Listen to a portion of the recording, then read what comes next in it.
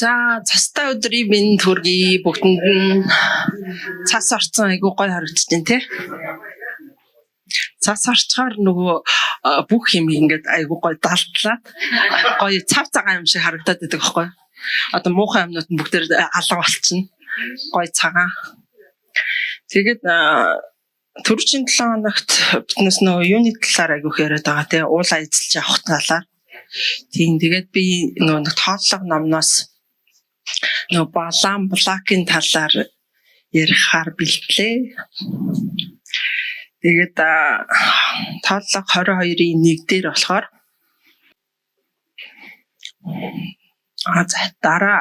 дараа нь Израилийн хүүгүүд аялан Ерехогийн харалтаа Йордны чандад Моабын хээр талд буудлаа. Моабын ойролцоо ингээд буудалсан байгаа Израилийн ард түмэн. Тэгсэн чинь энэний ойролцоо болохоор Моабын хаан Балак гэдэг хаан байдаг те. Балак ингээд сандарч эхэлж байгаа. Израилийн ард түмнээс айгаад. Тэгээд тэр нутагт болохоор алдартай Балам гэж хүн байгаа те. Тэгээд тэрийг гуйдаг байгаа. Тэгээд энэ нь болохоор ингээд айц давтаад ирж байгаа байхгүй бурхны ард түмнээс те. Одоо миний хажууд юу хагаад ирлээ. Энэ нь болохоор 22-ийн 6 дээр.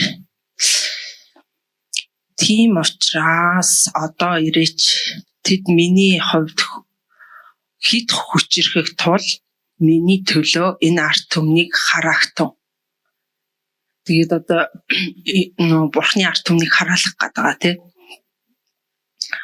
Тэгвэл тэднийг дийлж нутгаасаа хүн гаргаж чадвартай болж магадгүй. Учир нь чиний өрөөдөг хүн өрөөгдөж чиний хараадаг хүн хараагддаг гэдгийг би мэднэ гэж өгөөлөв. Тэгээд энэ бас хэм Балакийг бас амар дэмждэг байгаа байхгүй юу. Тэгээд чиний хүн өрөөгднө гэдэг. Биднээс бас энэ нэг хараал өрөөл төр юу гэж бодсон. Заримдаа биднээс уурлаад нөгөө бүр тэр хүний дургу хүрээд нэг хараамаар саврагдаад байдаг шүү дээ. Тэр зүйл дээрээ биднээс бас болгоомжтой байх хэрэгтэй мэн гэж бодсон. Тэгээд нөгөө талаас бас биднээс бурханд нөгөө юу яадаг шүү дээ. Бурхан миний өмнөөс өшөө авах орон зайг тавьж өгөх гэж байдаг тий. Тэрнтэй адилхан биднээс яг тэр хүнийг хараах тал дээр анхаарал төвлөрүүлэх аюу буруу юм байж байгаа. Дараад нь бурхан тэр хүнийг ямар нэг аргаар аль эсвэл тэр нэг өөрийнхөө хийсэн үр дагавраа хүртэх нь дамжиггүй учраас биднээс тэр зүйл дээр хитрхийн ингэж төвлөрөх хэрэггүй байна гэдгийг бодож байгаа байхгүй. Яагаад гэвэл биднээс итгэгч хүмүүс тэр хүмүүс юу муу зохиолтой ахалахад биднээс дараад нь баярлахгүй байхгүй. Айгу хэцүү байдал орно. Тэгэхээр төрхөн зүрийн тэр уур хилэн юугаа орхиод ямар ч гэсэн бурхны уур хилэнд зай тавьж үг гэж ядаж тэрийг гүйцэтгүүлэх хэрэгтэй мэн гэж ойлгосон. Тэгээд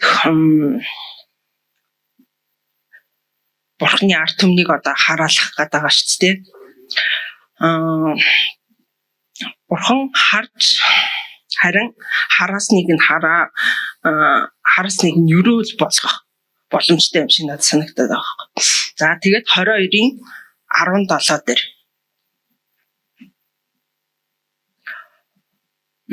Учир нь би таныг үнэхээр хүндэтгэж таны надад хэлсэн болгоныг хийх болно.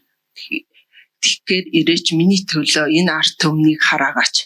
Энэ нэг Балам нэг болохоор айгу хүндэлдэг байгаа байхгүй. Тэгээд бүх нөгөө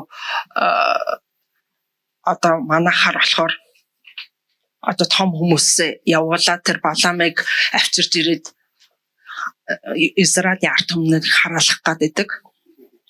Тэгээд нөгөөх нь болохоор ирэх үгүй юу гэдэг нь айгу хэцүү байгаа тий. Тэр нэг томчууд нь болохоор одоо манай хараад ерөнхий сайд мэд юм уу тий.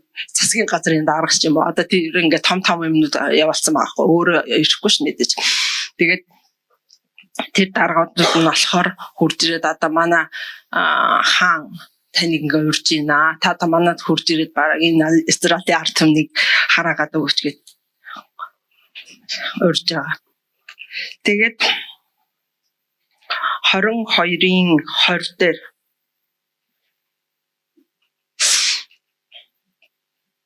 энэ том хүмүүсээр төрөй бариулаад дуудаж байгаа тийм 22-ын 20 шин бурхан Балаам руу ирж түүнд хэрв эдгээр хүмүүс чамайг дуудахаар ирсэн аваас босож тэдэнтэй хамт явахтун харин зөвхөн миний чамд айлдах үгийг л чи хийх ёстой гэд ингээ бурхан сая хэлсэн байгаа байхгүй. Тэгснээ дараад нь болохоор дараагийнхаа ишлэл дээр болохоор бурхан уурлж байгаа. Тэгээд би ингэж бодсон. Балаам болохоор ингэх өстэй байсан юм шиг байна. Одоо ингээ бурхны ард түмнийг нь харах гэдэг шүү дээ. Тэгэхэд чинь Балаам болохоор шууд явцсан байхгүй. Тиймээс Балаам өглөө босож өөрхөө илжгээ унаад Моабын удирдагчтай хамт яв. Гэвч түүнийг явснаас болж бурхан уурлав. Уулын Балаам бурхан та ингээд намайг яв гэж яахта итгэлтэй байна уу гэж асуух гэсэн. Тэсэн байгаа хгүй. Тэгэхгүй тэгээд нөө бурхны ард түмнийг харах чи шууд ингээд өвдөнд ороо явцсан юм шиг. Тэгээд энэ дээр би арай гайхчихсан. Бурхан ингээ өөрөө ихлэ яв гэж хэлчихээ дараад нь болохоо уурлаад байгаа. Тэгээд би одоо ингээ буруу сонсч уу та одоо зөв хэлсэн үү би яг явах уу гэд бүр ингээ дахиад лавлах асуух хэрэгтэйсэн юм шиг. Тэгээд и Балаам яваад өгцөн. Тэгсэн чи явсан биш бүр ингээд гай болсон. Өөрөөхөө амиа алдах гэж байгаа байхгүй юу? 22-ын 23 дээр нь эзний тэнгэр элч нар гартаа сугалсан илт барин зам дээр зогсож буй илжгийг хармагцаа замаас эргэж тарайн талбай руу яв. Илжиг нь тэр тэнгэр элчийг хараад исэн. Тэ 3 удаа зогцсон. Тэгээд Балаам болохоор 3 удаа илжгээ ингээд хөчөглөөд юу яажсан. Тэрнээс илжиг нь болохоор хаа яв гэсэн газарт нь яваад аваачаад өчтөг тийм нэг найдвартай тийм юу байсан байгаа байхгүй юу. Тэгсэн чи тэрийг нь мэдэхгүй илжгээ ингээд хөчөглөөд задаад байгаа байхгүй. За тэгээд илжиг нь тэнгэр элчээс л зүхтаад байсан. Өөрийн амийг хамгаалах гад. Тэгээд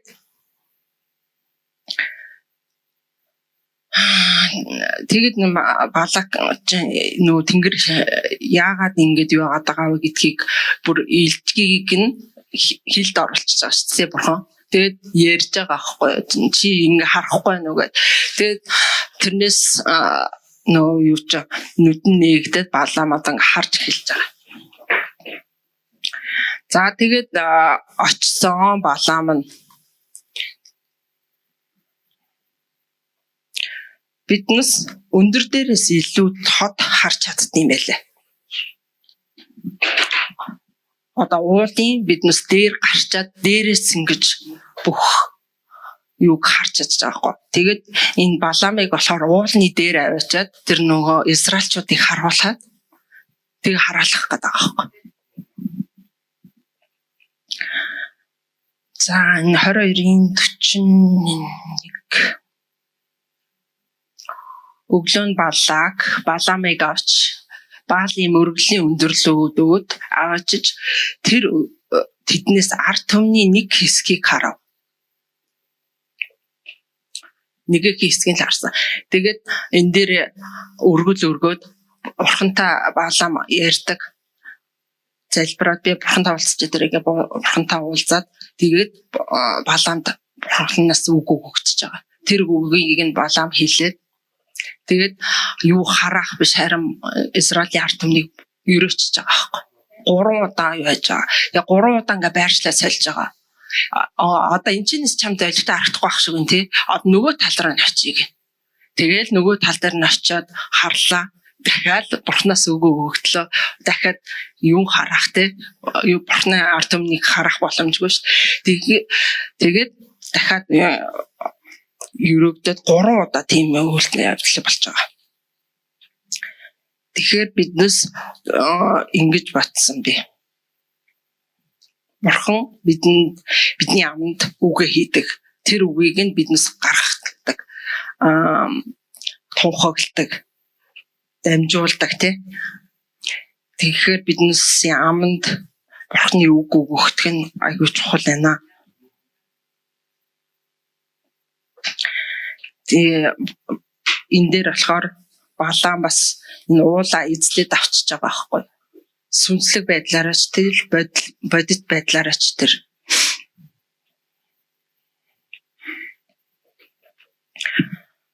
эхлээд биднээс сүнслэг ертөнцид тунхаглаж, сүнслэг ертөнцид эзэлж авчаа дараад нь биднээс бодит байдал дээр энэ уулыг эзэлж авах юм байна гэж би ойлгоод байгаа. Харин тэр үед одоо Израиль штэ биднийг одоо хүн хараад байгаа лу яаж байгаа л гэдэг дээр өрөөсөө анхаарал тавихгүй тий. Харин ч бүр ингээд юу хийж байгаа мэддэхгүй байгаа байхгүй. Тэгэхэд Бурхан ард түмний тэгж хамгаалж. Тэгэхээр биднээс бас бодох хэрэгтэй байна гэж бодохгүй. Биднээсийг бас хүмүүс хараад л байгаа тий. Тэгэхэд Бурхан биднээсийн дээр бас хамгаалтай байлгаж л байгаа. Тэрийг хамгаалж идэг. Харин ч тэр хараалыг бас өрөөл болгож идэм юм тий. Тийм бид.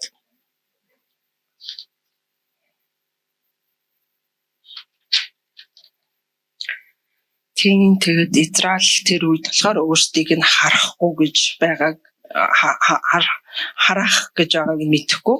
Бурхан болол биднээсийг ажигласаар байдаг. Тэгээд би нөгөө нэг юу Эверест гэдэг нэг киног үзсэн. Тэгээд тэрэн дээр болохоор айгүй олон нөгөө ууланд гардаг про тамирчид байгаа байхгүй юу? Биднээс шиг ингийн хүмүүс гарахгүй шүү дээ. Урд нь айгүй олон уулан дээр гарч үтсэнтэй чадвартай тийм хүмүүс нэг баг болоо явж байгаа байхгүй юу? Тэгээд тэрэн дээр болохоор одоо хөтчин гээд нэг зал байгаа. Тэгээд биднээсийг яг ингээ удирчж байгаа хүн ямар чухал вэ гэдгийг харсан. Тэр болохоор айгүй зөөлхөн байхгүй юу. Тэгэл нөгөө нэг бүх хүнд санаа тавьдаг. Тэгээд бүх гарч байгаа тэр нөгөө нэг аялалд хамрагдж байгаа хүмүүсийн төлөө санаа тавина. Тэгээд айгүй чиглүүлэг олон сайн өгсөн. Тэгсэн мөртлөө тухайн үед тэр нөгөө хүмүүс нь болохоор ингээд Эверест руу гарах замдаа яг ингээ юугаа дуусгаж чадахгүй байгаа байхгүй. Зарим нь өвдөөл, зарим нь юу яагаал дундаасаа ингээд цуцаал тий. Зарим нь болохоор айгүй янз янзын шалтгаанаар ингээд юу яаж байгаа. Тэгээ нэг нь болохоор Эверест руу 2-3 удаа гарах гэж оролдоод дундаасаа ингээд буцсан чинь ингээд тохиолдол байж байгаа байхгүй. Тэгээ Эверест руу гарахад чинь бас айгүй их мөнгө төлж байгаа байхгүй. Тэгэхээр бас нөгөө талдаа санхүүгийн тэм нэг юунд орчиж байгаа. Тэгээд тэр уулан дээрээ гараад юугаа дуусгачмаар байдаг. Тэгсэн мөртлөө чадахгүй байгаад байдаг тий. Биеийнх нь нөхцөл байдал тэр янз янзын юмнаас шалтгаалаад тэрнтэй адил биднээс ч гэсэн одоо ингээ уулаа эзлэхэд ямар нэгэн юм туулаад явахаар байгаа байхгүй. Тэгээд биднээсийн чиглүүлэгч болохоор одоо бидний пастор байна тий. Пастрийнхаа үгэнд орж ийн үү? Пастортайгаа хамт алхаж чадж ийн үү? Ингээ бөөнөрөө хамт байж чадж ийн үү? Тэр айгүй чухал байна л та. Тэгээд дундаасаа тэр хүмүүс нь бас нэг өөрсдийнх бас хариуцлагагүй байдал байна. Дунд нь ингээд нөгөө юугаа сайлдаг, хүчил төрөгчөө сайлдаг гэсэн хүчил төрөгч нь байхгүй болчихж байгаа байхгүй. Тэнгүүч чинь тэднээс амьсгалж чадахгүй болоод тэгээд юу яаж махаар ингээ хамаг хувцмцаа тайлал аль эсвэл тэр нэг бэхлэгээ гад өгчөж байгаа байхгүй. Тэгэхээр тэр юуг болохоор биднээс нөө уул эзлэх гэдэг юутайгаа би айгүй холбож ойлгосон. Тэр нь болохоор биднээс хамтдаа баг болоод явах учраас тэр юун дээр айгүй сайн нөө чиглүүлэх айгүй сайн авах хэвээр тэр юуныхаа хүчийнхаа сайн үгэнд орох хэвээр тий. Тэгээд бурхан бидэнтэй хамт байгаа учраас бидэнд тэр уулыг эзлэх хүчийг өгөх байхгүй. Тийм. Тэгээд биднээс чинь 5 уул гэж байгаа гэсэн шүү дээ. Тийм 7 уул Тийм. Тэгээд зарим дээр нь биднээс хамтарч олж ийн. Зарим дээр нь мэдээж ганцаараа туулах юм бас байгаа. Тийм. Тэгээд уул нь гарах чинь бас амаргүй байдаг шүү дээ. Тэгээд бас нэг юу бодит ертөнцийн ч гэсэн одоо ингээд нөгөө уулыг биш дээ. Ламнар гэхэд л уулыг тахдаг те. Юу бөөнөр гэхэд чинь бас уулан дээр бөөлдөг те. Тэгэхээр биднээс бас уулан дээр хэрвээ гарахаар бол яг энэ уул олоод бидний уул юм аа. Энэ бол бурхнаас бидэнд өгөгцөө бол би энийг эзэлж авах болно. Яг уулан дээр бид тухаглагстай юм шиг санагцсан. Тийм тэгээд тэр киноноос болохоор биднээс ямар ч байсан үйл явцаар ингээд туулаад ах юм байна. Тэгээд ямар ч гэсэн зогсолтгүй явах хэрэгтэй. Яагаад гэвэл тэнцээ маш хүйтэн байгаа те. Одоо юу ч амар хүйтэн байгаа. Тэгээд туулаад явсаар ах хэрэгтэй. Тэгээд биднээс бинийгаа урамшуулсаар биендээ хүчийг одоо хүч нэгэн дутагдсанд нь хүч өгөө те. Одоо хин нэгэн даарч аваад тэрийг аваад тэг ямар ч байсан бинийгаа хаягахгүйгээр те. Тэнцээ ингээ хаягдчихж байгаа байхгүй хөр хамтаа. Тэгэхэд чин бид хэд бинийгаа хаягахгүйгээр цаашаа улам луурчж явах хэрэгтэй мэнэ гэдгийг ойлгосон. Тэгээд манай охин байгаа шүү дээ. Бүтэнсээ өдөр болгоныг хүлээдэг байхгүй. Цоглон ээж хизээ болох үлээ гээл те. Хагсан одоо ингээм амралтын өдөр шүү дээ. Тэгэл 2 хоногийн дараа болно гээл тэгэнгүүт чи ээж цоглон хизээ илээ цоглондоо хизээ явах үлээ гээл амар ингээд цоглооныхаа төлөө гэсэн юу те. Тэгээ яг нэг цоглон дээр суухгүй шүү дээ. Энд найз нэмэстээр тоглох гэж л ирж байгаа. Тэгсэн мөртлөө айгуу тийм нүү сэтгэл нь айгуу хөрхөн байгаа байхгүй. Тийм. Тэгээ биднээс ч ихсэн ингээд бүтэнсээ өдөр олохныг ингээд хүлээдгүү те. Бурхантай уулзах гэж, бурхныг магтах гэж, бурхны үгийг ингээд чагнах гэж те. Бурхан надад үнэхээр юу хэлэх бол гэж амар хүлээдгүү. Тийм одоо биднээс юугүй болчихсон юм шиг санагдаад байдаг байхгүй. Одоо нэг хүүхдийн тийм нэг гоё хүлээлт хүсэл өгдөг та. Тэр шиг. Тэгээд хүүхдүүдтэй бас нөгөө юу яах хэрэгтэй юм бэ? Одоо нөгөө бидний үгдээс чинь ингээ худгаа үлдээсэн байгаа шүү дээ. Тэрнтэй адилхан биднээс бас өөр хүүхдтэй одоо бурхны талах заах нэг залбирлаа тий. Бурхны талаар одоо Библийг олол гоё ингээ ойлгомжтойгоор хүүхдүүдэд тайлбарлаад энэ түүхүүдийг гоё хуваалцах хэрэгтэй мэн л гэж үзсэн. Тийм тэгээд манай хүүхдээ бас ингээ хамт яваад байхаар яг ингээ суралцдаг юм байна гэж би харж байгаа байхгүй. Тэгээд манайх нөө байраа зарах гад. Тэгээд за миний охин залбираараа гэдгсэн чи амар хөөрхөн нөө залбирч байгаа байхгүй. Тэгээд хин зааж өгсөн юм айгүй хөөрхөн. Тэгэхээр яг нөө нэг залбиралт бас суралцуулах хэрэгтэй мэн гэж харсан. Тэгээ биднээс болохоор ингээ хүүхдийнхаа талнаагаад байгаа байхгүй тий. Хүүхдтэй үлгэр дуурайл үзүүлэх ээж аав нь. За тэгээд энэ зүйлийн талаар би хуваалцъя гэж бодсон маа. Би одоо өнөөдөр эхлэхийн өмнө би юу яа? Энэ хоёр номыг номч гэжтэй одоо. За тийм дээ ном юм да. Гарын авлага гэх үү? Гэсэн арай илүү баха. Тайлбар өгье. Тэгээд эхнийх нь болохоор хаанчлалын ажиллагаа ариун сүнсний гүн оролцоо гэж байгаа.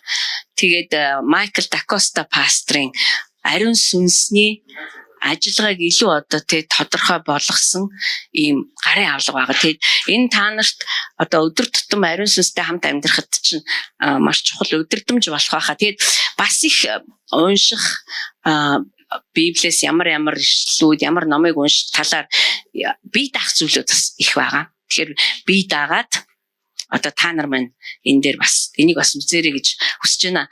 Тэгээд нөгөөх нь болохоор Джонатан Дэвидийн чимээгүй цагийн хичээлийн гарын авлага гэж байгаа. Өдөр болгон Библийг унших. Тэгээ энэ маш одоо сонирхолтой. Миний хувьд бол үнэхээр гайхалтай санагдсан. Бид нар ингээд нөгөө уншчаад яхаа мэдэхгүй байгаад идэв шүү дээ. Тэгэхээр энэ өдөр болгон асуултууд байгаа. Танд өөр ямар ч чиглүүлэг байхгүй. Тэгэхээр энэ асуултын дагуу та бодно гэсэн үг. Бодно, тэгээд бичиж болно, яач ч болно. Тэгээ яг мэдээж ер нь бол асуулт байх юм бол хүн их боддоо шүү дээ. Нэрээ яг юу гэсэн үг юм болоо гэдгийг боддог. Тэр утгаараа надад ер нь цаашдаа Библийг уншихдаа бид нар яг ингэж өөрөөсөө асуугаад ингээ уншихад бас их маш сүнслэг тийм дадал болж ирэх юм болов уу гэж бодсон. Тэгээд нэг анхааруулмаар зүйл нь юу вэ гэхээр бид нар ингээ нөгөө юмыг ингээ айгүй хурдан ингээ албажуулцдаг нэг тийм сул талтай байхгүй юу. Тэгэхээр би та нарыг ингээд за өнөөдөр одоо жишээлбэл би одоо ингээл яана нэгдүгээр өдөрт ч одоо ямар олон асуултуудтай юм бэ. Тэгээ одоо энэ асуултуудыг би өдөржингөө яаж бодох юм, би чи ажилдаа ингэж битгий өөр дээрээ ажил нэв. Энийг ажил гэж битгий бод. Үгүй ганц асуулт нь байсан ч та бодоход ч хангалттай. Одоо жишээлбэл Есүс Христийн цөлийн 40 өдөр одоо хүртэл миний дотор юм ярьсаар л байгаа. Тэглээгээд би үгүй дууссан шүү дээ. Би наадах асуултууд бүгдийг хариулсан гэд цогсоож болохгүй шүү. Би та нарт энд бүр яг чин хүслээсээ маш одоо тийм толгоогоо ажиллуулсан. Тэгээд чимээгүй цангийн чинь зорилго нь энд бичсэн байгаа шүү дээ. Биднэрт хүчрхэг Христийн оюун ухааныг суулгахын тулд дадал зуршил суулгахын тулд. Тийм учраас та бүх асуултанд нь нэг өдөр хариулж ер нь бол амжихгүй, би бол амжихгүй юм байл. Би тэгээ за яшиг бүзгүй нэг өдөр нь миний хувьд хэдэн өдөр байсан чи яах вэ гэд өөрийнхөө оюуныг дадлагжуулж байгаа байхгүй. Тэгээд бодоод нэрээ зарим асуултууд бол туйлын энгийн механикаар хараад за ингэсэн юм байна гэд. Тэгтээ би эндээс юг олж нээсэн бэ гэхээр бодох нь ямар сайхан юм бэ. Бас бид нар ямар их зүйлийг дутуу хайдаг юм бэ. Ямар чухал одоо фактуудыг дутуу хайснасаа болоод бид нар юмыг дутуу хайна гэдэг чинь нанаа нэг тийм дутуу бүгдэг ваадаг нэг тийм л ойлголттой. Тэгээ нэг их мэддэг юм шиг. Тэгээ яг ясам дээр очихоор мэддгүй хүмүүс байгаад байгаа байхгүй юу. Тийм учраас би та нарт энэ маш их тааламжтай байх байхаа гэж одоо итгэж байна. Тэгээ та нар маань энийг ингээ бүрэн ирчээр нь ашиглаарай манайхаа. Өдөр болгон ингээ сайхан. За миний хувьд бол нэг тийм хүнд хэцүү орчуулга гэж юм байсангүй зүгээр үнэхээр бид нар энэ материалуудыг хадгалах учиртай. Тэгээд дараа ирж байгаа хүүхдүүд маань эсвэл одоо бидэн дээр шинээр ирж байгаа хүмүүс энэ төр үргэлжлүүлээд бас нэг ийм юмтай одоо ийм чиглүүлэхтэй гэх юм уу тэ болчвол айгу зүгээр байгаа даахгүй. Нэрэл бид нар чимээгүй цагийн ном гэхээр зэрэгэл хин нэгэн хүний тайлбарыг олоод уншчихдаг. Тэгэл болоо тэрнээс илүү юус гардггүй. Одоо та өөрөө ухах хэрэгтэй болж байгаа байхгүй юу? Би тэгээ сая тэр цөлийн 40 өдрийг уншиж байгаа бүр амар сонирхолтой юм бас олж нээсэн. Тэр талаар би өнөөдөр ярихгүй л дээ. Гэхдээ бүр үнэхээр гайхсан. Тэр юу байсан бэ гэхээр Есүс Христ ариун сүнсээр дүүрээд ариун сүнсээр хөтлүүлээд диавол цоригдох гээд сүл рүү явж байгаа. Бидний тухай түрүүч бүтэн садар ярьсан. Тэгэхдээ 40 өдрийн турш 40 шөнийн турш тэр юу ч идээгүй үлссэн. Есүс Христ одоо нэг орчуулган дээр болохоор Есүс Христ шалгуулахын тулд шалгаалтаа өгөхийн тулд сүл рүү явсан гэж. Тэгээд 40 өдөр 40 шөнө өлсний эцэс сая шалгалтандаа тэр бэлэн болсон гэж хэлсэн ба. Тэгэхээр тэр чинь бид нар бол урд нь яадаг байсан гэхээр цүлд очиод тэгэл 40 өдрийн туршил одоо тэгээд яавал ингээд 3 аргаар ингээд сориол бүр амар бүр чухал байгаа даа байхгүй. 40 өдөр өлсөж одоо юу ч идээгүй байсан нь өөрөө түүнийг тэр шалгалтанд бэлэн болгож өгсөн байгаа байхгүй 40 өдрийн дараа. Тэгээ яг өлсөд яг бүр маш туйлдсан тэр эгзэгтэй мөчөд диавол энэ мөчийг ч гэсэн би алдахгүй гэд түнлүү ирээд одоо 3 янзаар түүнийг сорьсон байна. Тэгэхээр бид нар ямар нэгэн шалгалт өгтөө ч юм уу бид нар одоо бидний үед бол конкурсанд бэлддэг байлаа да. Одоо бол ээшд бэлдэн гэлдэг. Бид нар нойр хоолгүй бэлддэг. Яах гэж зөв хариултаа өггүй. Хариултаа мэддэг байхын тулд зөв хариулт ч гэх юм баг. Бүр ерөөсө ямар ч асуулт ирсэн би энд хариулах хэрэгтэй.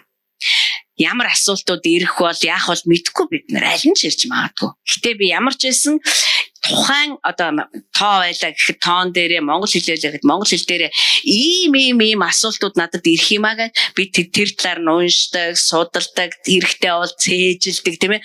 Бүх талаараа бэлддэг. Одоо хичээнгүй хүмүүс бол бүтэн жилийн турш бэлддэг баг. Би л бүтэн жил бэлтжижсэн. Бүтэн жил бэлдсэн учраас би өндөр оноо авч ирсэн. Тэгээд ирсэн асуултууд нь намайг айлахгүй. Яа гэвэл би маш их бэлдсэн байхгүй юу? Тэгэхээр Есүс Христийн 40 өдрийн мацаг орилтол диавлын буулгыг тасдаж хаяхад хангалттай байсан. Маш хүчтэй бэлтгэгдсэн байсан гэсэн үг. Тэгээ зүгээр нэг өсөөд байсан юм биш. Тэр чинь Бурхны амнаас тасралтгүй гарч байгаа үгээр хоолж исэн баггүй. Эсвгөөс хүн үхэн ш 40 өдөр зүгээр ингээд ямар ч зориггүй бид нар ариун сүнсээр ч өдөрдуулахгүй Есүсийг дуурайгаад зүгээр одоо өмнө говь руу очиод эсэн цүлтэй бид нар үхэн 4 өдрийн дараа бидний одоо шарилыг олох байх. Харин шалгалтаа өгөөд дуусахт нь диавол явсан бөгөөд түүний оронд тэнгэр элч нар хурж ирээд түүнд үйлчилсэн. Энэ бүр би хизээж ингэж түүнтэй цөлд ийм удаан байж үдсэнгөө үнэхээр.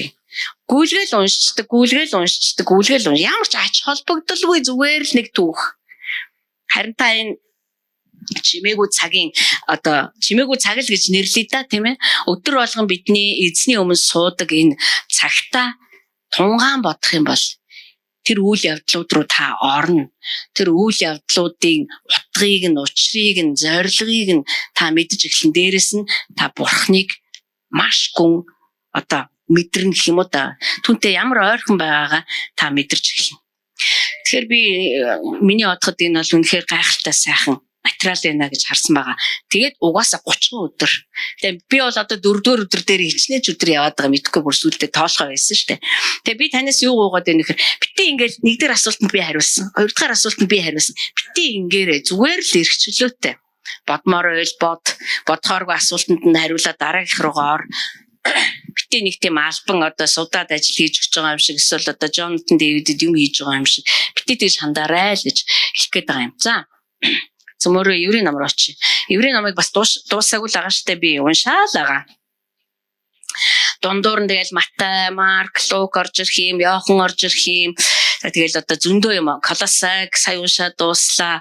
Тэг үнэхээр одоо туйлын одоо их шуналтайгаар уншиж энэ да одоо тэгээд ингэж унших нь сайн юм яа гэвэл би нөгөө Бурхны ам миний дотор маш идэвхтэй ажиллаж байгаа энэ Бурхны үгийг уншиж байхад бид нар Бурхантай өөртөө тэр амиар нь харьцаж байгаа гэж бодох нь л бүр туйлын тааламжтай байгаа. Өнөөдөр миний ярих зүйл бол намайг маш их айлгаж байгаа. Бас үнэхээр би яг надад одоо за би сүултээ за та өөрөө л одоо авч яваарай. Надад бол энэ үнэхээр айгу тийм хэцүү шалгалт юм шиг санагдаж байна гэж хэлсэн. Юу вэ гэхээр зэрэг Бурхны оршихуй. Тэгээ Бурхны оршихуй бол зүгээр нэг хүн гарч ирснэ тийм ээ. За одоо Бурхны оршихуй бол одоо ийм байдгийг, одоо Бурхны оршихуй бол ингэсэн байдгийг, Бурхны оршихуй Библиэлд ингэж үтсэн байдгийг гэж хэлээд буухад бол одоо туйлын одоо дэндүү том одоо дэндүү арай л аймаар том. Тэгээд бас хамгийн гол нь үний хэлээр тайлбарлахад надад айгүй хэцүү санагддаг оршихуйг. Бурхны оршихуйг. Тэгээд би одоо уул нь яаж ихэлсэн бэ гэхээр зэрэг би нэг үүрээр сэрсэн. Тэгээд үүрээр сэрэнгүүтээ би одоо мэдээ шууд л залбирдаг. Энэ Бурхан яхахгүй надтай ярихыг хүсэж ингэж боддог. Ярихыг хүсдэг ч вэ, хүсдэггүй ч вэ. Бурхан ярихыг хүсэхгүй ингэж бол хизээч байхгүй. Гэхдээ ямар ч байсан за би сэрсэн одоо би түүний өмнө сууя гэд би ярьж эхэлсэн. Тэгээ би ярьж эхэлсэн байгаа уул нь болол. Тэгээ сүүлдээ түүний оршихуй намайг бүрэн хучснараа одоо энэ түүний оршихуйн талаар маш хүчтэй одоо мэдлэг гэх юм уу. Түүний оршихуйг би маш тодорхойгоор харж эхэлсэн. Тэгээд дуугүй болсон би өөрөө ирэхгүй дуугүй болсон. Би юм ярих ямар ч надад шаардлагагүй болсон. Юм гуйх тэр тусмаа шаардлагагүй болсон. Таны мэдээ та нэг юм хилээч мэлээч гэх ямар ч шаардлагагүй болсон. Тэгээд түүний оршихуй тийм хүчтэйгээр одоо тэр надтай хамт байгаагаа мэдүүлж ирсэн. Тэгээд би за тэгээ би түүнээс гуйж ирсэн л да. Та хотын сүмд юу хэлмээр байна вэ? Би маш цөөхөн удаа тэгж асуудаг. Тэгээд та яг юу хэлмээр байна гэхэд одоо энэ оршихуйгаа би мэдүүлмээр байна. Тэгээ би наадахч би яаж хүний хэлээр тайлбарлах вэ? Би мэдэрж байна л да. Гэхдээ энийг ингээ ярина гэдэг бол айгүй амар байна. Тэрэнд ороод агуу тэргүүн дахил чи үүрэг оройл гэвэл надад арай илүү ойлгомжтой ч юм уу тийм санагдж байна гэсэн гэвчиг тэр бодлоо өөрчлөхгүй байсан тул би одоо яалтчгүй түүний оршихуйг аль болохоор гүг миний зорилго бол түүний оршихуйг таны таньсан хэмжүүрээр би өөрийнхөө таньсан хэмжүүрээр ямар чухал болохыг нь зарлах тунхаглах юм. Яад л бид нар нэг зүйлийг дэндүү олон яриад ирэхээр залхдаг, уйддаг бид нарт нөгөө үнэн ач холбогдол нь алдагдаад эхэлдэг. Тий оршихуй. Сүүлдээ бүр тэгэл би талах идэе гэж байгаа юм шиг болдог.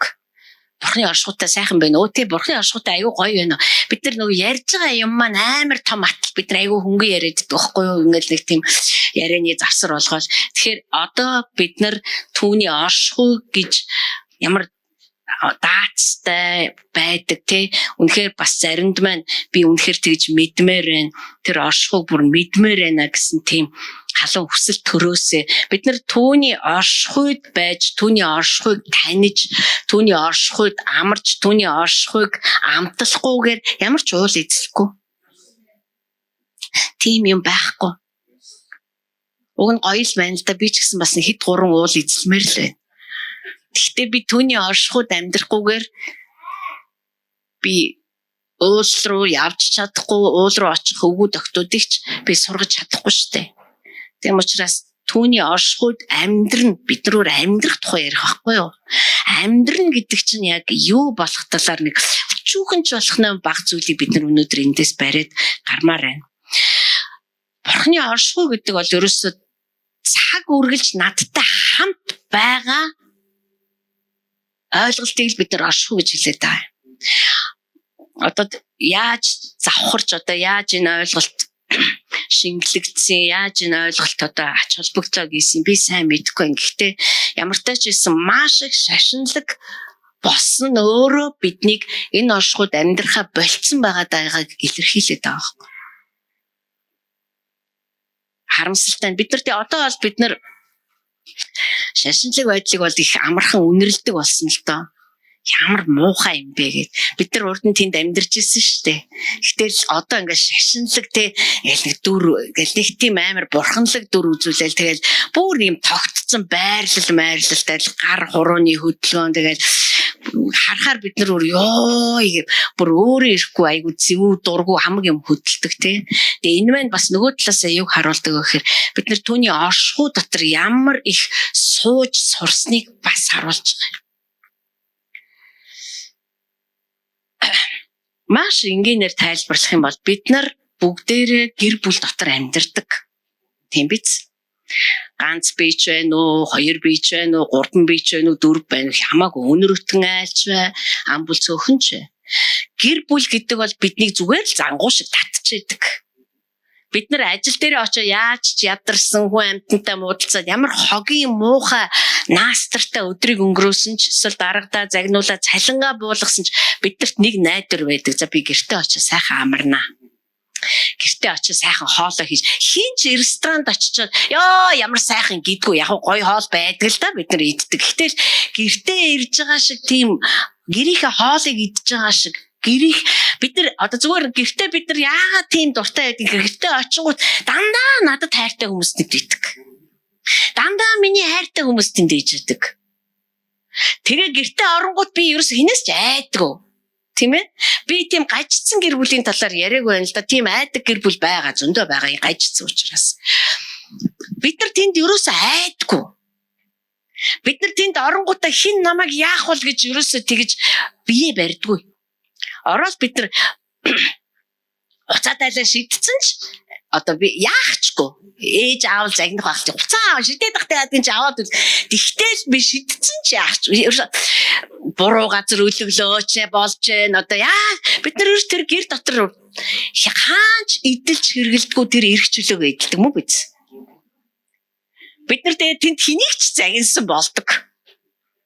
Бид нар муудалцсан ч мэддэг тэргүй эвлэрнэ ойлгомжтой тэр бол. Бид нар тэнд хэрэлддэг, тэгснээ эвлэрдэг, тэгснээ уйлдаг, тэгснээ хамгийн өөрөөрөө байж чаддаг газар маань гэр байдаг байхгүй юу? Өөрөөрөө би байдаг. Өөр хаанч би тэгж өөрөөрөө байж чадахгүй. Тэм учраас би гэртээ ирээл яагаад тэгж гоё амраад байна гэхээр миний гэр учраас. Минийх байхгүй. Бид нар өөрөө босгосон, өөрсдөө бүх жижиг сажиг деталаар нь бид нар барьсан. Нулимс туслуулан, асгаруулan бид нар тэр гэр бүлийг барьж байгуулсан. Би зөвхөн байшин саван яриаггүй. Нүдэ анаад явсан ч би нойлын цаас хаана байдаг вүлээ, шүтний сойзоо хаана тавьдаг вүлээ. Ерөөсөө надад асуудал авахгүй. Тийм их дотн, тийм их танил. Тийм учраас бид нар ямар ч хүнд хэцүү ажил эсвэл хөдөө яваад бид нар жаргалтай сайхан байгалийн сайхныг үзсэн ч эцэст нь бид нар гэрлүүгээл татагддаг шүү дээ. Тэгэл гэртээ орж ирэл ёо гэрмэн ямар ч гоё гадаадд очиод ямар сайхан лифтээр дээш доошоо өгсөд ямар гоё дүүжин автобусаар явсан бид нар эцсийн бүлэгт гэрээ сандаг. Тоостой гэрээ сандаг шүү дээ. Тэгэхээр бурхны оршихуй бол бидний амардаг, жинхэнэ би өөрөөрөө байдаг, жинхэнэ цаддаг, жинхэнэ баярдаг, жинхэнэ нус нулимсаа урсгадаг, хамгийн эрх чөлөөтэй байдаг тэр л гэрмэн ахгүй да. Бид нар бүхэл өдрийн туршид тэр л оршихуйтай хамт явдаг. Тэгээ бид нар бүр зориулаад түүний өмнө ирэхдээ зүгээр л амардаг. Тэнд намайг хинж, бойл, яв, суу, бос гэхгүй. Зүгээр л бурхан бит хоёр. Туйлын их талархал. Бид нар өөрсдөө заримдаа бид нар ингээд бүтэн сайдар хамтдаа цуглаад, заримдаа бишээ баг бүтэн сайдар болгон. Миний хувьд би та нарын царайнаас ч тэрийг хардаг. Бид нар бүтэн сайдар болгон энэ өрөөнд цуглараад бид нар магтаад, дуулаад тэгээд үг сонсоод энд гарч ирж байгаа хүмүүсийн бурхантай хамт талхаж яваа алхаагийн чимээгийн сонсоод бурханыг таньж мэдж байгаа тэр одоо зүрх сэтгэлийн чагнаад эндээс гарахтаа бид нар хэнийг ч хайрлахад бэлэн тийм одоо зөөлөн зүрхтэй болцсон байдаг. Бүр үнэхээр нэг тийм уяртсан те бүр одоо ерөөсө очоо те ёо бистэ өчтөр тэрнтэй муудсан юмсээс би очоо тэрийг тэрнэ ямар ч тийм одоо бохир муу юм үлдэхгүй болсон байж дээ. Яагаад гэвэл бид нар энд хамтдаа түүний оршихуй дотор суудаг байхгүй. Тэгээ эндээс гарахтаа бид нар ер нь уул муул эзлэх бол айгүй ойрхон санагддаг. Боломжтой юм байна энэ чинь нэрээ. Ямар гоё юм бэ? Энэ өрөөнөөс гараа явж байгаа хүн яста хог новш би дахиж ирэхгүй гэж боддог хүн ер нь байхгүй. Итгэдэггүй хүнийг бол би мэдэхгүй байна яадаг юм бөө мэд. Эндээс гарч байгаа та нар бид нар эндээс гарахтаа нэрээ бүтэн сайн өдөр гэдэг өдөр байдаг ямар сайхан юм бэ л гэж боддог. За бодохгүй байсан ч та зүгээр л туйлын баяртай, туйлын жаргалтай нэг л тийм хариултаа олоод авцсан юм шиг. Та бүр юу ч ойлгоогүй байсан ч гэсэндээ нэг л тийм гоё олдог шүү дээ тийм ээ. Энд чинь яг тэр оршихуй дотор хамтдаа сууж исэн учраас тэгээ бид нар салаа явахад бас тийм хин чиндээс гараа зүгээр баяртай гэхин завдгаа бүгсэн алгадаад явдгүй. Бид нар хэсэг байна те яах вэ цөмөр одоо хэдүүлээ яах вэ боломж юу уулзах тэгээл та бүр үнэхээр энэ те оршихуй гэдэг бол үнэхээр яг л нэг тийм юр бусын одоо тийм орчин дотор биднийг авчиж өгдөг. Тийм учраас бид нар Түндэ Бакрэ пастрын одоо шинэ өглөөг тунхаглах нь гэдэг ном дээр байж байгаа шүү дээ. Миний зүрх сэтгэлд бүр бурхан хуруугаараа бичсэн өгүүлбэр байж. Хэрв чи бурхан дотор амарч чадахгүй бол чи хизээч амралтыг үзэхгүй. Ажлын төлөө амьдардаг хүн бол гэртээ ч амарч чадахгүй. Бүр хараагдсан байгаа байхгүй бүр. Харагдсан. Тийм хүмүүс байдаг штэ харамсалтай. Тийм итгэгч нар ч байдаг би бүр танд хэлье. Гэртээ ирсэн ч ерөөсө гэрээ анзаардгүй. Гэрээ анзаардгүй үйлчлээ бодоол тэгэл ажиллаа бодоол тэгэл ерөөсө гэрт нь ямар гой ямар хин амьдарч байна, ямар сайхан юм болж байна, өөрийг нь ирсэнд хэн баярлж байна, өөрийг нь ирхийг хэн хүлээж байна. Тэр хүнд ерөөсө чухал биш. Зүгээр тэр чинь бүр хараал байгаа даахгүй. Энэ ертөнцийг одоо тий хулгаагаар захирж байгаа нэгний бүр гэр бүл болгонд оруулж өгч шийдэхийг хүсэж байгаа. Тэр одоо хараална. Тэгснээрээ тэр хүн Бурхны оршууд байтугай өөрийнхөө гэр дотор ч гэсэндээ тавлж, тухалж, амарч тэндээс бүх төрлийн таашаал, бүх төрлийн ханамжаа авч чадхаа болох. Тийм учраас Бурхны оршихуй гэдэг бол үнэхээр гайхалтай. Зөвхөн Еврей номон дээр харъя. За Еврей хэд дээр байлаа?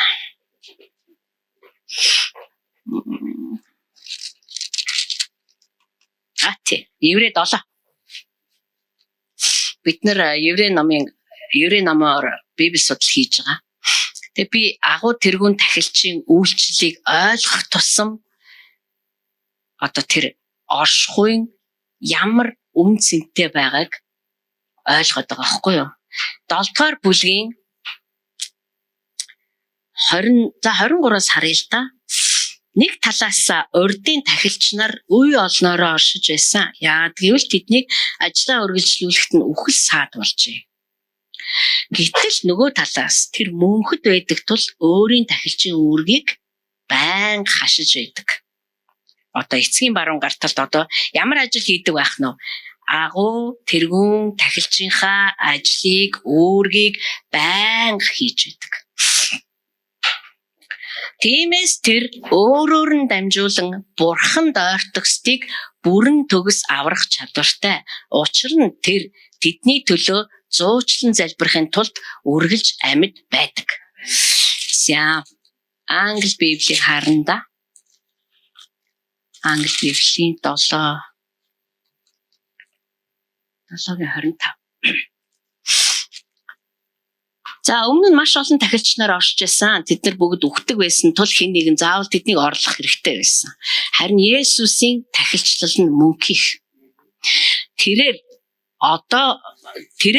тэрүүн тахилчаар өргөмжлөгдсөн тэр цагаасаа эхлээд мөнхөд өөрөөр нь дамжуулаад Бурхан руу ирж байгаа хүн бүрийг аврахын тулд зогсож яадаг бөгөөд түүний ажил нь тэдний төлөө ярих явдал юм а гэж.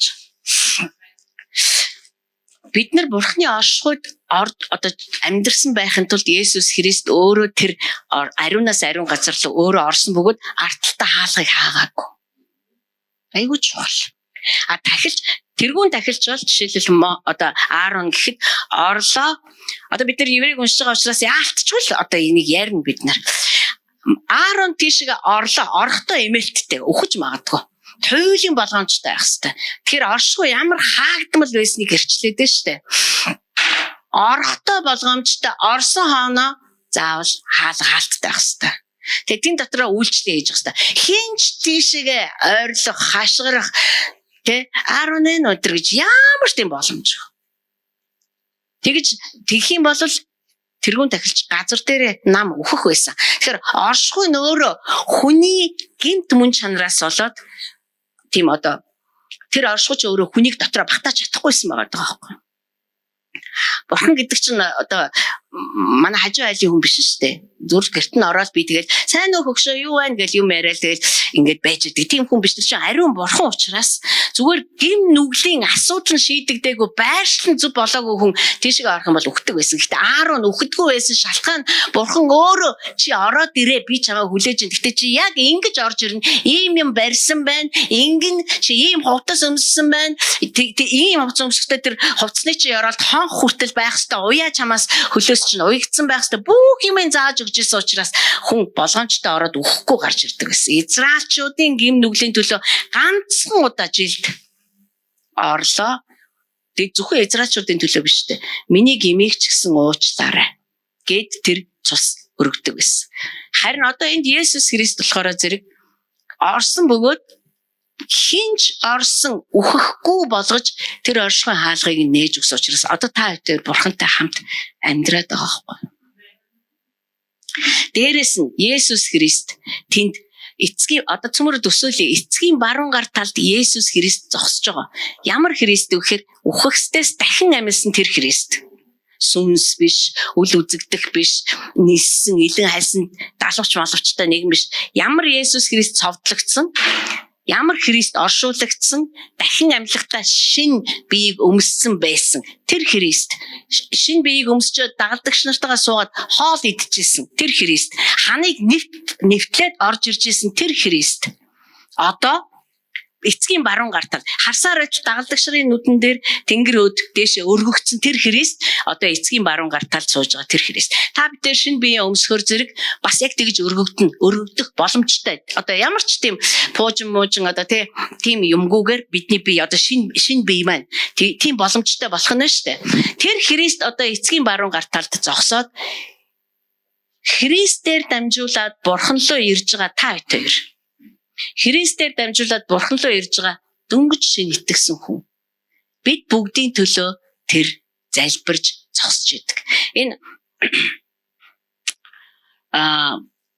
Есүс Христ Бурханы оршихуйд эцгийн баруун гартал зогсоод бидний төлөө ярихдаа яаж ярьдаг вэ гэхээр тэр одоо бидний хөлийг бат зогсоож идэг. Одоо би танд ингээд Колосе номыг 5 уншаарай. Гэхдээ ер нь Паулын баг бүх загтал дээр энэ тухай их баг ямар нэг хэмжээгээр яригдсан байгаа. Юда 24-ийг харъяцмаар.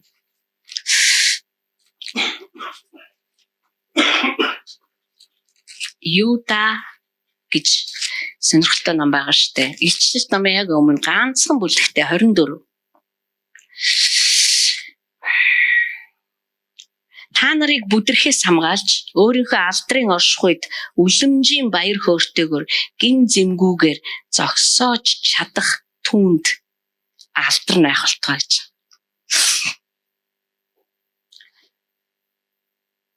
Энийг харъя англи билдэрээс гайхалтай оршихуй байгаа. Юда 24.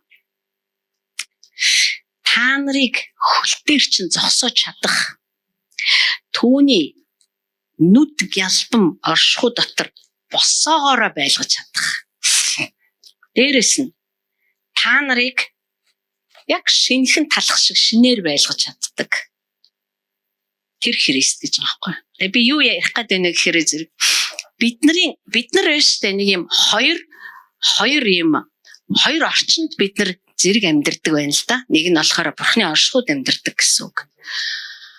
Нөгөөх нь болохоор зэрэг бид нар хүний амьдрал дотор амьдардаг. Энэ хүний амьдрал дотор одоо диаволын улмаас одоо боснуулагдсан ямар ч эмх замбраагүй одоо тамийн шинжтэй бүх зүйл энэ орчин дотор маш хүчтэйгээр давамгайлж идэг. Өөр хилэнгээс ахуулаад түрүүний одоогийн ярьдаг хараал зүхэл би заримдаа боддог байхгүй. Бурхны хөвгүүд ийм орчинд бүр амьдраад байгаа нь өөрөө гайхамшиг юм. Бид нар ийм орчинд амьдардаг. Гэхдээ түүний оршихуйд бид нар гэртээ орсон юм шиг амарч чаддаггүй бол энэ орчин дотор бид нар амьдрахад аюул хэцүү. Энэ бидний амьдралыг богиносгоно, энэ бидний итгэлийг устгахыг санаарах нь энэ биднийг удаан явуулж чадахгүй. Тийм учраас маш олон итгэгч нар өнөөдөр замаа орхисонд гайх юм алга. Олон итгэгч нар бөөгийн, шарын шашин, лалын шашин мэдгүй. Юу хүссэн лугаа орж байгаад гайх юм ерөөсөө алга. Бид нар амардаг газар байхгүй учраас бид нар энэ орчинд идүүлдэг. Тэгэхээр Тэнгэрт эцгийн баруун гар талд Есүс Христ зогсоод бид нар яаж ч мөлхчихсэн, бид нар яаж ч амьдралд унаад ямар ч чадалт тэнхээгүй болоод бүр зүгээр гараа бууж үгийгээ гараа өргөх тэнхэлгүй болоод хэлэх үггүй болоод яахаа мэдхээ болоод бүр зогсоод байгаа мó босоод байгаа мó гэдгээ мэдхээ болцсон ч түүний оршихуйд тэр биднийг зогсоогоор нь байлгаж идэг. Тэр чинь бидний сүнслэг амьдрал бидний сүнслэг байр суурь байхгүй юу та. Та өнөөдөр амьдрал дээрээ ингээд унтсан байж болно. Унтсан гэдгийг сэтгэлээр унтсан итгэлээрээ эргэлцсэн та хамгийн новшин өдрөө бодоод үз. Хамгийн сүлд хизээ байлаа. За ёстой боли бүр намайг харахаас нүдчээ хорсож исэн өдөр байж болно. Ямар хогийн юм бэ ёо, ямар энэ юу н хинт хэрэгтэй. Би л ямар ч хэрэг харахгүй байна би эндээс. Хаанч маань энэ хин үнэхээр тэр яригдж байгаа тэр өндөр гайхалтай агуу өгсөд өнөөдөр миний амьдарж байгаа энэ амьдралтай ерөөс огтхонч авцалдахгүй байгаа юм шиг тийм өдрүүд байдаг тийм ээ. Есүс Христ тийм өдрүүдэд биднийг цэг зогсоож идэг. Хөлийг маань гуйвуулахгүй. Одоо нөгөө дотор хүн маань одоо харагдахгүй штэ. Колосын нам дээр юу гэсэн бэхээр яг үнэндээ чиний жинхэнэ амьдрал бол дотор чинь амьдарж байгаа Христ юм а гэж хэлсэн мэт. Жинхэнэ амьдрал чинь дотор чинь байдаг Христ. Бурхны өмнө очихлоороо бид нар тэр дотор амьдралаараа шүүгдэн. Түнс энэ гадна амьдралаараа бид нар ерөөсөө шүүгдэхгүй. Ямар яасан барилга барьсан уу чи юу хийсэн чи гэрийн лавгаа байсан уу тийм. Ерөөсөө хамаагүй. Энэ дотроо чи хэн байж яаж амьдрсан бэ гэдгээр бид нар түүний өмнө тайлан өргөн. Еврей ном дээр багш бүх юм бүх хүн түүний өмнө нүцгэн ил ямар ч нуугдах юм байхгүй. Бид нар түүний өмнө тайлангаа тавина. Бас тайлан тавих бас нэг шалтгаан юу гэхээр хүн бурхан хоёр игнэгт нуруугаа харцсан байсан.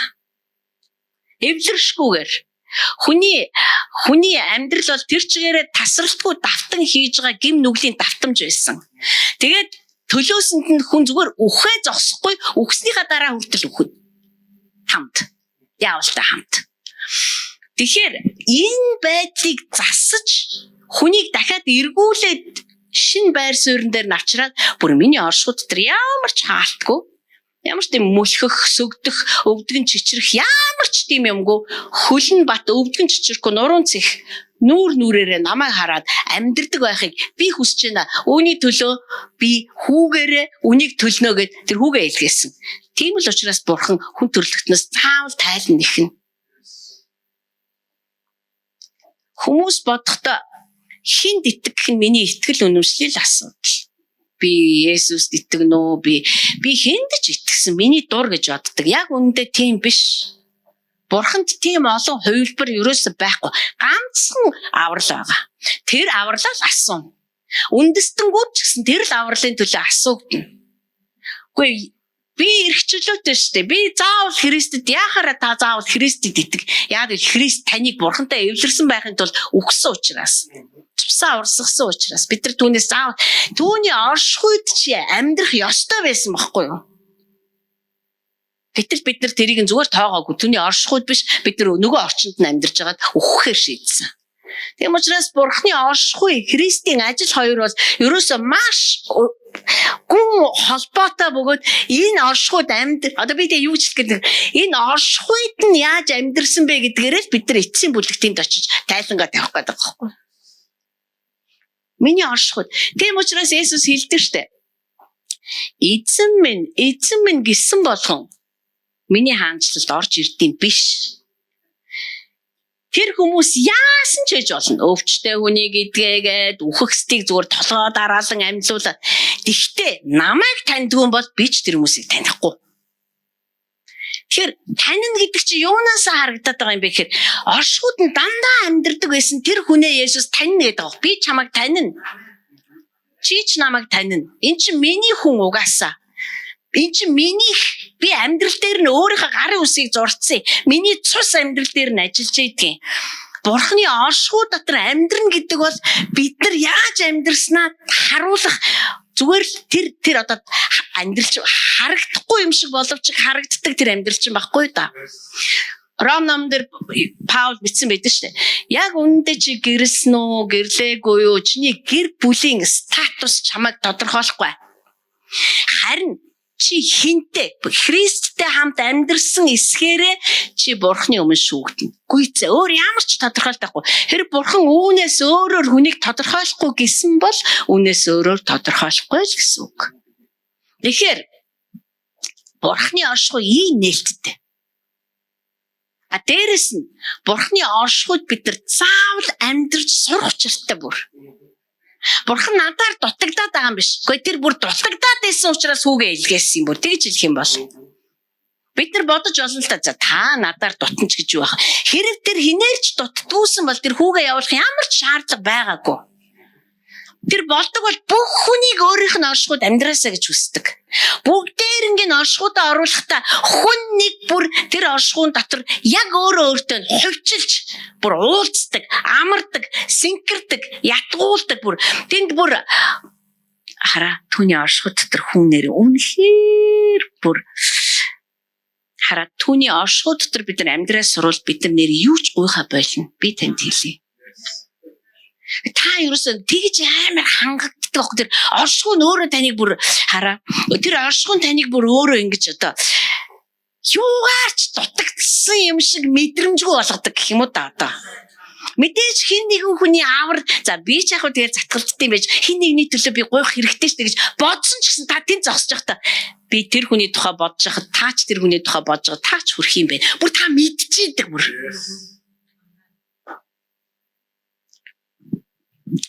бид нар түүний оршихуй зогсож байхдаа одоо нэг айгуу сонирхолтой юм би олж уншиж ирсэн. Нөгөө эмэгтэй хүний одоо эмэгтэй хүн жирэмсэн болоход хүүхэд нь одоо хаан чамаагүй бүрлддэггүй шүү дээ. Хүүхэд бүрлддэг сав гэж байгаа.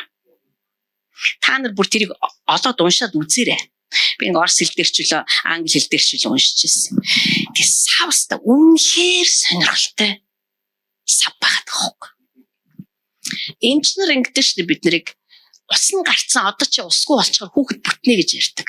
Гэтэл яг үүндээ сав ус нь гарцсан байсан ч усаа шахдаг чадвартай байдаг гинэ. Хүний эмэгтэй хүний сав. Хүүхэд усгүй болчихлоо гингүүт энэ сав усгүй болсон хүүхдээ усаар хангаж идэг. Өөрөөсөө сав үгүй биш. Өөрөөсөө ус бий болгож идэг гинэ. Температураа сав өөрөө тохируулж идэг. Хүүхэд ямар температурт байх ёстой. Хүүхэд тэр савн дотор ингээл хоол хайгаал энэ тэндээс хоол аваад амрууга хийдгүү ш. Бүх юм хүүгээрээ хооллогж ид. Хүүхэд ерөөсөнд юу ч санаа зовхгүй. Ямар ч хүсэлт тавихгүй ээжтэй. Зүгээр бүр хамгийн төгс орчинг хүүхдэд сав бүрдүүлж өгдөг байгаа байхгүй. Бид нар хэлдэгтэй тэр Солонгос кинонд л тийм балаа юм гардаг баг. Бүдэрч унаал хүүхдэн зуул бичдэг. Гэтэл хүний сав одоо эмэгтэй хүний сав хүүхдээ бүрэн хамгаалж чаддаг тийм бат хамгаалалттай байдаг гэж байгаа байхгүй. Унаал одоо ингээл хүүхэд нь гэмтээд идэг юм ерөөсөө биш. Маш тийм санаан зоргон юм биш. Хүний тарих хүртэл одоо бид нар тийдэж ингээ хан мөрөгчлөө хүүхэд тархинд хөдөлсөн гэдэг. Яг энэ тарих хөдөлтгөө гэж байна. Гэж ингээ мөргсний тоолонгоор тарих хөдлөд байх юм бол ямар хэврэг байна вэ? Гэтэл энэ чинь гавлын яс гэж байна. Одоо тийм бүрхүүл идүүд гэж байна. Туйлын нарийн зохион байгуулалттай хамгаалагдсан тийм шингэн гэж байна тийм чинь тийм ээ.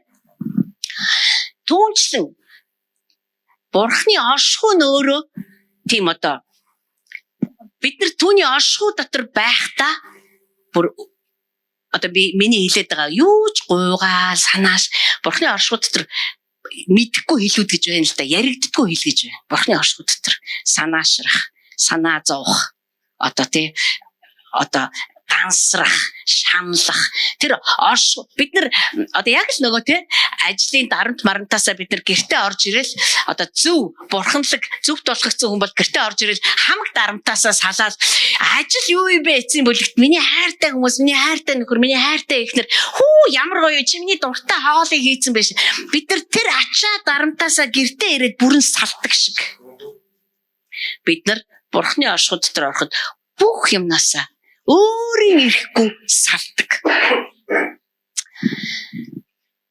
Түүнээс гадна би дахиад Есүс Христ тэнд бидний төлөө зуучлан ярих гээд байнгын ажиллаа хийж байдаг. Агуу тэргүүн тахилж ямар ажил хийж явах хэвээр яг тэр ажиллаа хийж байдаг. Би энэ газар дэлхий дээр амьдарч байхдаа тийм учраас хэлээд шүү дээ. Нэг орчин намайг балбчихад нөгөө орчин намайг босгож идэг. Нэг орчин намайг бүр цөхрөлт хүргэж аваачиж те ямар ч найдваргүй чи бол үнэндээ чи одоо болоо хөшөө бойсовта одоо бойл гэж яхад нөгөө орчин нь тийм бишээ гэд намайг босгож идэг байх бүр зогсоож идэг байх нь шүү дээ. Юута намн дээр хэлэх юм бол харах юм бол хөлий чинь бүр баттай барьж идэг. Нуруугийн чинь цих байлгаж идэг. Чи Бурхны оршихуйд очихдоо бүр яг одоо л орж ирж байгаа юм шиг шинээр байдаг. Бид нар ярьдагтай анх итгэхдээ ямар гоё байваа. бид нар ингээд ямар хайртай байваа бурханд.